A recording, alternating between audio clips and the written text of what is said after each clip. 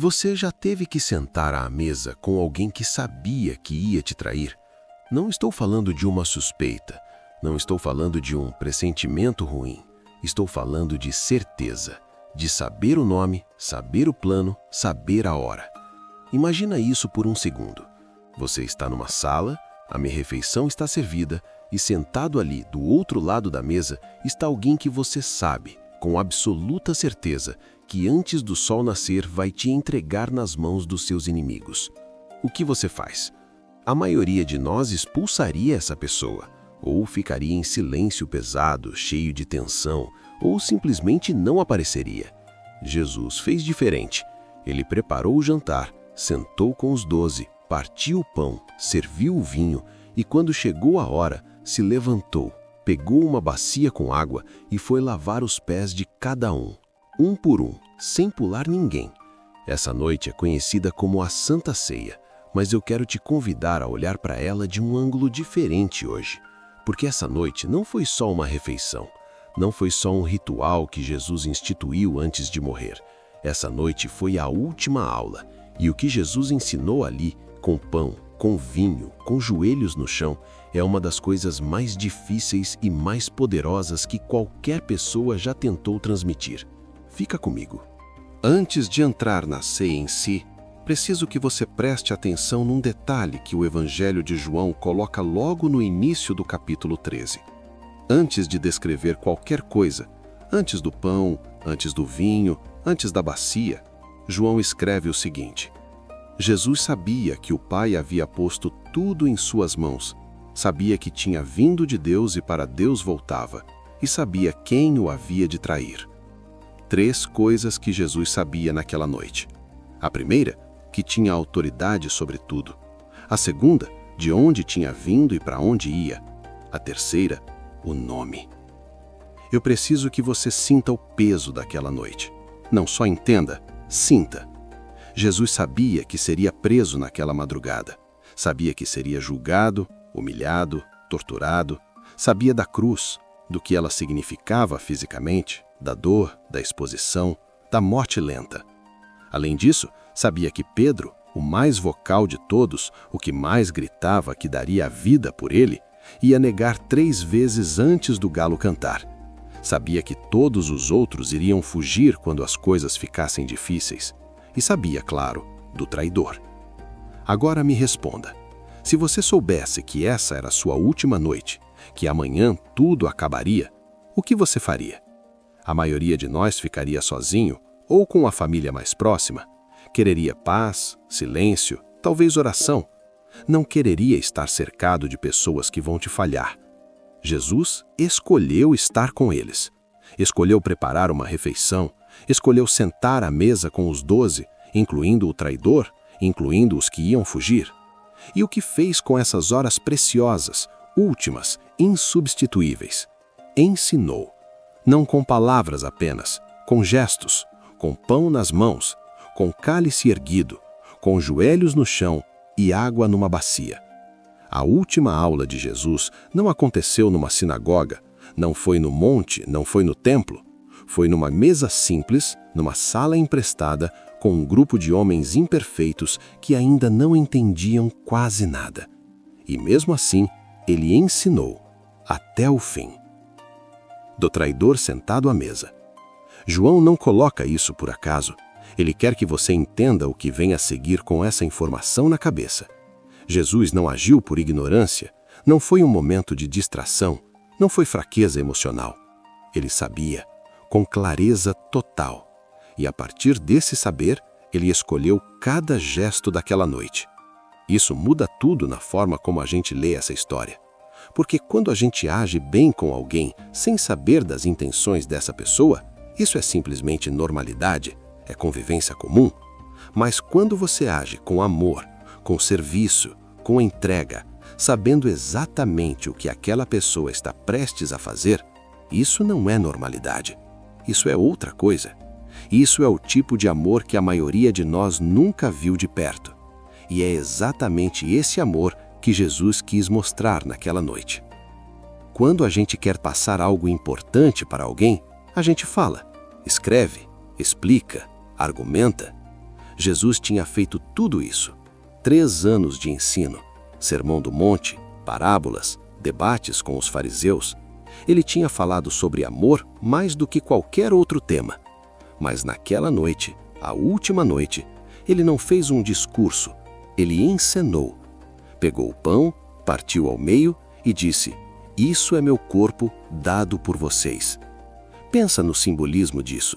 O pão não racha sozinho. Alguém precisa partir, precisa de força, de intenção, de entrega deliberada.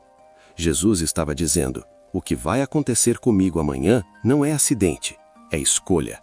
Eu me parto por você. Depois, pegou o cálice de vinho e disse: "Isso é o novo pacto no meu sangue derramado por vocês." No mundo antigo, um pacto selado com sangue era a forma mais séria de estabelecer um compromisso. Não tinha volta, não tinha cláusula de saída, era: eu vou até o fim, custe o que custar. E então, e esse é o gesto que mais me impressiona, Jesus se levantou da mesa, tirou o manto, amarrou uma toalha na cintura, pegou a bacia e foi lavar os pés dos discípulos. Numa cultura onde lavar pés era trabalho de escravo, onde nenhum discípulo judeu lavaria os próprios pés do mestre, Jesus inverteu tudo. O último ensino de Jesus foi encenado, não apenas falado. Como se ele dissesse: vocês precisam ver isso com os próprios olhos, precisam sentir minhas mãos nos seus pés, porque só ouvir não foi suficiente. Mas tem um detalhe nessa cena que eu não consigo passar sem parar. Um detalhe que, quando você realmente enxerga, muda completamente a profundidade do que Jesus estava fazendo. Judas estava naquela sala. Não estou falando de alguém que talvez fosse trair, alguém que Jesus suspeitava. Estou falando de alguém com o plano já combinado, os 30 dinheiros já negociados com os sacerdotes, a traição já decidida, já selada, já irreversível no coração dele. E Jesus lavou os pés de Judas. Não pulou ele na roda, não inventou uma desculpa para não chegar perto, não esperou que ele demonstrasse arrependimento primeiro. Se ajoelhou diante de Judas, pegou nos pés dele, lavou, enxugou. E depois voltou para a mesa, pegou o pão e ofereceu para ele também. Preciso que isso chegue de verdade. E se não foi um gesto automático de Jesus, feito no piloto automático sem perceber quem estava na frente, ele sabia. A Bíblia deixa claro que ele sabia. Então esse gesto foi intencional, deliberado, escolhido.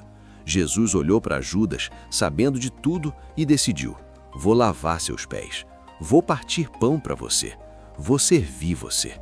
Isso não é ingenuidade, isso não é fraqueza, isso é o amor mais puro que existe, o amor que não depende do outro para existir. Deixa eu te dizer o que esse gesto de Jesus com Judas destrói. Ele destrói a ideia confortável de que amor é um sentimento que surge naturalmente quando o outro merece. A gente foi criado numa cultura que trata amor como reação. Você age bem comigo, eu sinto amor por você. Você demonstra lealdade, eu sinto afeto. Você prova que merece, eu me entrego. Mas o que Jesus fez com Judas não cabe nessa lógica. Não havia nenhum sentimento caloroso justificando aquele gesto. Não havia reciprocidade, não havia lealdade, não havia futuro. Havia uma escolha. Jesus escolheu amar Judas não apesar de saber da traição. Ele amou sabendo. E essa distinção é enorme. Porque amar apesar de ainda é um amor que reage ao outro, só que decidiu ignorar o lado ruim. Mas amar sabendo é diferente. É um amor que não parte do comportamento do outro, parte de dentro, de uma decisão interna que diz: independente do que você vai fazer, eu escolho agir com amor. É isso que Jesus tentou gravar nos discípulos naquela última noite, porque ele sabia que eles iam enfrentar traições.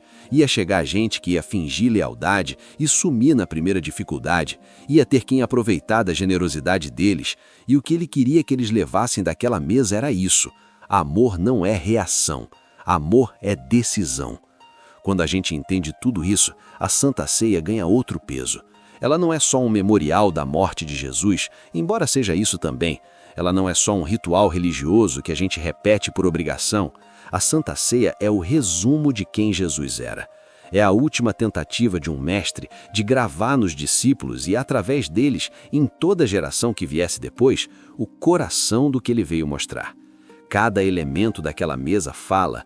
O pão partido diz: amor se doa, amor se parte, amor não se preserva à custa do outro. O cálice derramado diz: amor vai até o fim, amor é compromisso que não recua.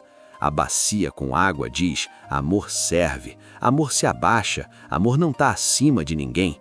E Judas, sentado à mesa, diz: amor não espera merecer.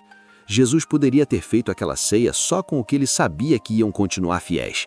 Poderia ter poupado aquele gesto de lavar os pés de quem ia trair, mas ele não poupou, porque a mensagem precisava ser completa, porque um amor que só alcança quem merece não é o tipo de amor que transforma o mundo.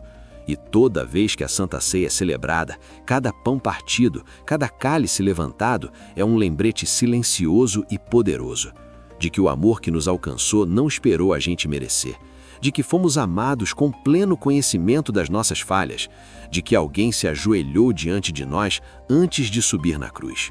E esse mesmo amor quer se mover através de nós em direção a quem menos esperamos, até o Judas da nossa história.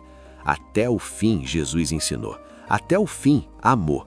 Que a gente aprenda a fazer o mesmo. Se esse vídeo tocou em algo dentro de você, compartilha com alguém que precisa ouvir isso hoje. E se você ainda não se inscreveu no canal, faz isso agora. Toda semana tem conteúdo assim, sério, profundo, para quem quer mais do que respostas rasas. Me conta nos comentários, qual parte dessa história mais te impactou? A bacia com água, o pão partido ou Judas sentado à mesa? Eu leio tudo